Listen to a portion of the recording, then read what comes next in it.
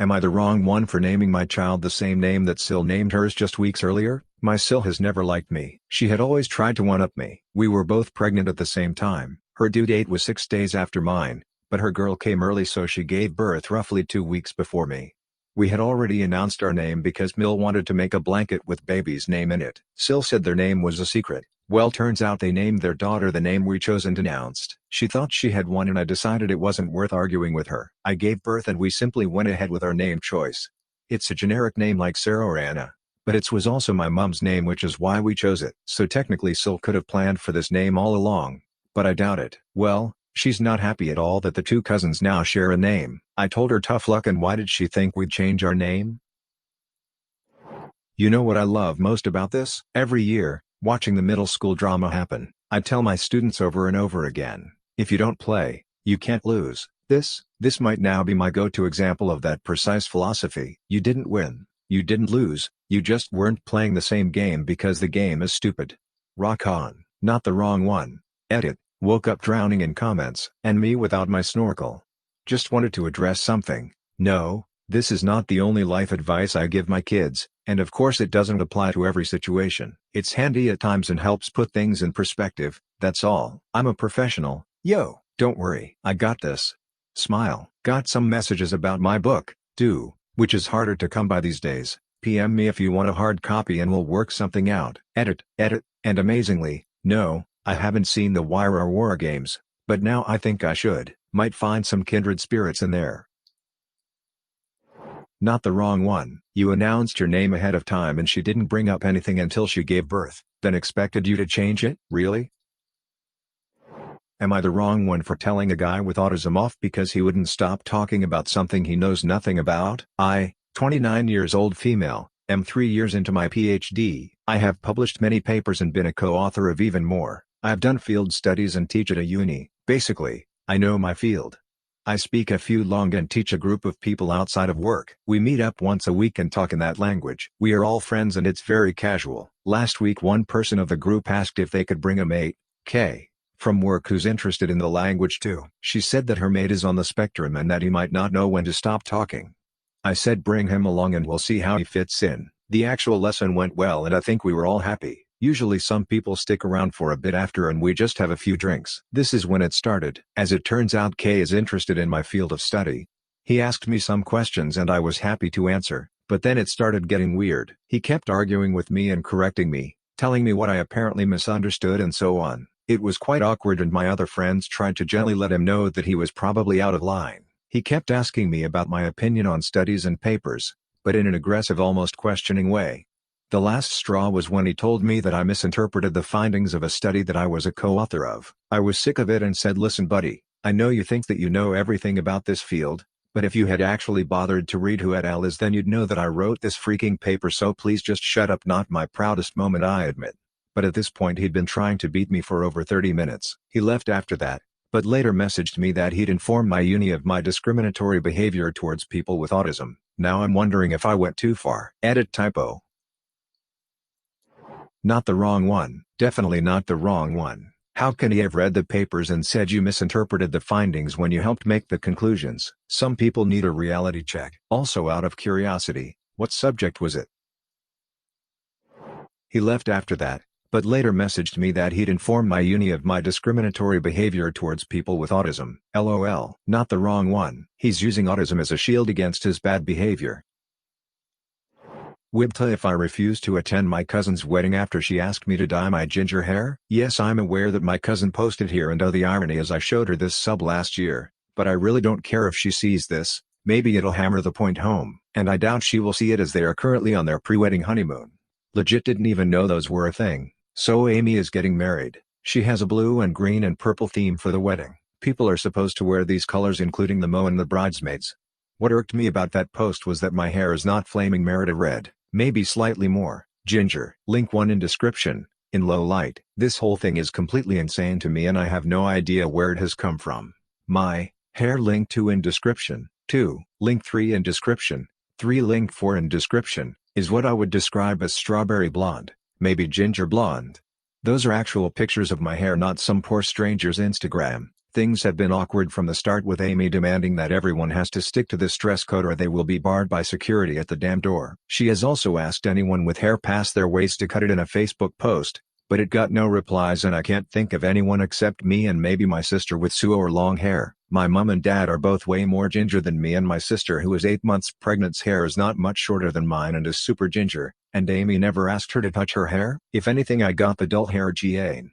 At first Amy called up to tell me she had made a post here. I took a look and had to laugh, to be honest. She linked me early on Clelry thinking people would agree with her, but she said she was worried because it blew up. After things went south she decided to try and negotiate with me. Still completely bizarre as my hair is not Merida red. My mom and dad called round a few days back to talk about it, but got absolutely nowhere with her as she's still insisting I dye my hair a dark brown for the day or get a wig. My aunt, Amy's mom, called to apologize to me and asked me to please come, but I don't feel welcome. Can you imagine attending a wedding where the bride stares daggers at you the whole time? And what if the security refused to let me in?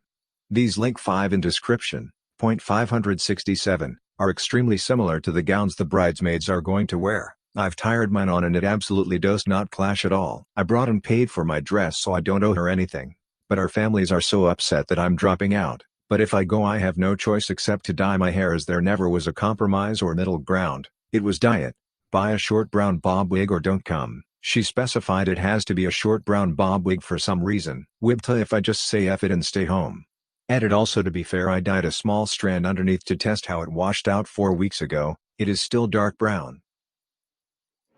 Not the wrong one. I love it. Love it when we get to hear both sides of an am I the wrong one thread. I kinda live for that sort of drama, lol. Everyone made it clear to your cousin that she was a bridezilla. Don't bother to go if she hasn't realized how insane her expectations are. Holy crap, I remember that post and your cousin is crazy. Seriously though, not the wrong one. Your hair is gorgeous and you shouldn't change it for anyone, least of all a bridezilla. I'm glad your family is on your side, smile. ETA, here's the link you all. Link 6 in description. Am I the wrong one _ asking _ my _ bridesmaid _to _ temporarily / _ medium equals android _ app and _ source equals share. Am I the wrong one for kicking my boyfriend's parents out of our apartment after his mom called me a bitch? Back in March his parents decided they wanted to come wait quarantine out at our apartment. For starters, they never asked. His mother called and told me that they were on their way and to prepare our spare bedroom for them. I was already apprehensive about them staying with us because his parents have always been extremely rude to me. They are overly critical of everything I say and do. They are massive control freaks who feel entitled to always be in charge. So right off the bat things are miserable. They verbally abuse me daily, tell me what I can and can't do in my own apartment, and are overall just the worst. Out of everything, the air conditioning caused the biggest debacle. Where I live it has been 0.5 to 90 almost every day. I normally keep my air on 70, but when they started complaining, I turned the air up to 0.5. This is already a little toasty for me, but I was willing to be a little hot to try to keep the peace. This was not good enough for them. They don't want the air on. Period. They want the heat on, and they turn it on every single opportunity they get. I wake up in the middle of the night covered in sweat. I have told them to stop countless times. Yesterday I finally cracked. I put about 10 pieces of duct tape over the thermostat with a note attached that said do not touch the thermostat while I am at work. 6 p.m. I walk into my apartment and am automatically hit by a hotter and more humid heat than it is outside. Duct tape and note have been torn off the thermostat and they have the heat on 98 freaking degrees. I go into the guest room and say, why could you not follow the simple instruction of do not touch the thermostat? This is my home. I am tired of you saying rude things to me. I am tired of you treating me like a child and creating your own rules for my apartment. You either need to be respectful towards me and learn to accept my boundaries or go back to your own house. His mother said, and I disdainfully quote, you have no right to barge in here without knocking. That was not only an invasion of privacy, but you need to take the attitude out of your tone. I've dealt with much bigger bitches than you before. She went on for 30 minutes and I just tuned her out. When she was done talking I told her to get out. Now my boyfriend is angry with me because I couldn't just let them have their way.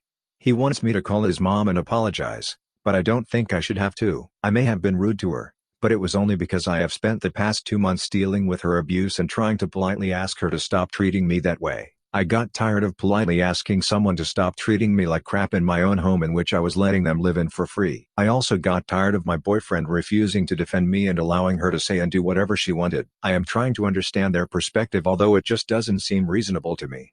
If Reddit determines I am the a-hole, I will call and apologize. Not the wrong one. And I would seriously consider a future with him if he's not willing to support you now. It will only be worse in the future when it comes to his parents. Not the wrong one. Why do you even stay with your boyfriend? He's clearly choosing his mother over you every single time. You should be kicking all three out. Am I the wrong one for kicking out my dad and his pregnant wife out of the home I legally own after they sent my depressed sister to live with her aunt? My mother passed away 3 years ago. The family home, where I and my sister grew up, was willed to me. It was her ancestral property, and she wanted her daughter to have it. The other vacation home went to my 16-year-old sister. Our father remarried 6 months after Mom passed away and moved his new wife in. My sister says that woman has removed all of our family pictures from the main living area. She has removed our mom's pictures as well. Now all of these pictures adorn the walls of my sister's room. Recently our father and his wife announced that they were pregnant with twins.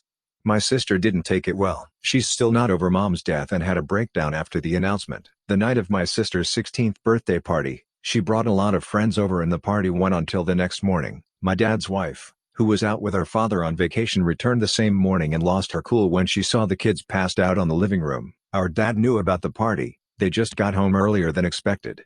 His wife proceeded to lose her cool and had a big shouting match with my sister. She said that my sister was just like our mom and was a burden on our dad. She then asked her to leave and sent her packing to her aunt's. I was furious when I got to know about it. I showed up home the next day and asked them to leave within a week. She's 7 months pregnant and had no idea that the house belonged to me. I know I shouldn't be kicking a pregnant woman out, but I don't want my spineless father and his wife to abuse my sister anymore. My father called me a cruel brat and now wants to challenge our mom's will. He can try. My mom's family has already appointed their family lawyer to fight my case. Am I the wrong one? Not the wrong one. It kind of sounds like your dad's new wife just wanted your sister out of the way for her new perfect little family. Not the wrong one. His wife thought your dad owned the house and threw her weight around. If the house was in your mother's name and she willed it to you, there's not much your dad can do legally. Am I the wrong one for telling my mom to not have any more kids? I, 16 years old female, live with my parents and 11 siblings. I'm the fourth kid, and the ages range from 20 to 1. We live in a 4-bedroom house, but it is so cramped with everyone in bunks and no privacy. My parents also put most of the responsibility of the younger kids on us while they lay down and watch TV.